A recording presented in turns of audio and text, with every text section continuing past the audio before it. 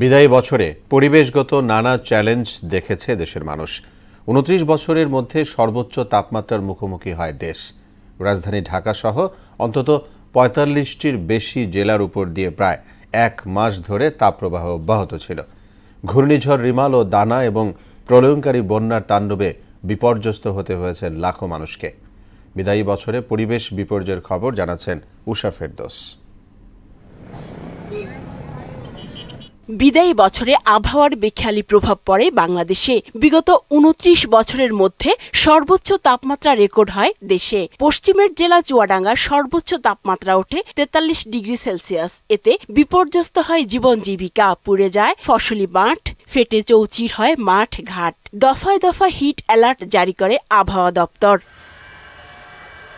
এ ধকল কাটতে না কাটতেই উপকূলে আঘাত হানে ঘূর্ণিঝড় রিমাল।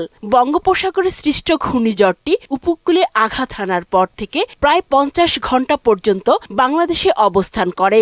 সাধারণত সাগরে নিম্নচাপ তৈরির পর ঘূর্ণিঝড়ে পরিণত হয়ে আঘাত হানতে ২ থেকে ৩ দিন সময় লাগে, কিন্তু শুরু থেকে এই প্রক্রিয়া অন্তত ৫ দিন সময় নিয়েছে।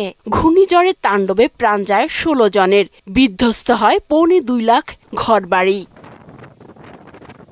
এরপর বর্ষাকাল শুরু হতে না হতেই সিলেট সুনামগঞ্জের ভয়াবহ বন্যায় বিপর্যস্ত হয় জনজীবন, পানিবন্দী হয় লাখো মানুষ। তুমুল বৃষ্টি আর পাহাড়ি ঢলে বাংলাদেশের উত্তর পূর্বাঞ্চলীয় এই দুই জেলার বিস্তীর্ণ অঞ্চল পানিতে তলিয়ে যায়।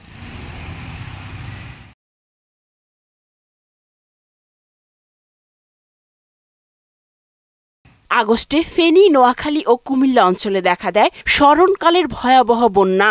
সবচেয়ে ভয়াবহ অবস্থার সম্মুখীন হয় ফেনীর ফুলগাজী, ফরশুরাম ও ছাগলনাইয়া উপজেলার লাখো মানুষ। বন্যায় তলিয়ে যায় বাড়িঘর, রাস্তাঘাট, ফসলি জমি। ফেনী জেলার মানুষের কাছে এবারের বন্যা একদিকে যেমন আকস্মিক, অন্যদিকে অকল্পনীয়। শুধু ফেনী নয়, এর আশপাশের জেলাগুলোতে বন্যা আগ্রাসী রূপ ধারণ করে। বহু জায়গায় বন্যার পানি ঘরের চাল ছুঁয়েছে কিংবা উপচে গেছে। সেপ্টেম্বর মাসে বাংলাদেশের ইতিহাসে কোনো জেলায় ২৪ ঘণ্টায় চতুর্থ সর্বোচ্চ বৃষ্টিপাতের রেকর্ড করা হয় কক্সবাজারে।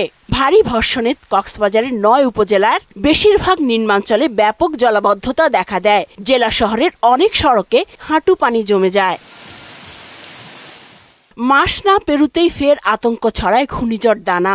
বঙ্গোপসাগরে সৃষ্ট ঘূর্ণিঝড়টি দিক বদলে ভারতের উড়িষ্যা উপকূলে আছড়ে পড়ায় বেঁচে যায় বাংলাদেশ। বিদায়ী বছরে বেশ কয়েকবার বায়ু দূষণের শীর্ষে উঠে আসে রাজধানী ঢাকা। আর শীর্ষে না থাকলেও বিশ্বের প্রথম ৪টি দূষিত শহরের তালিকায় থাকছে রাজধানী ঢাকা। শুধু রাজধানী নয়, দূষণ ছড়িয়ে পড়ছে দেশ জুড়ে। উষা ফেরদৌস, মোহনা সংবাদ, ঢাকা।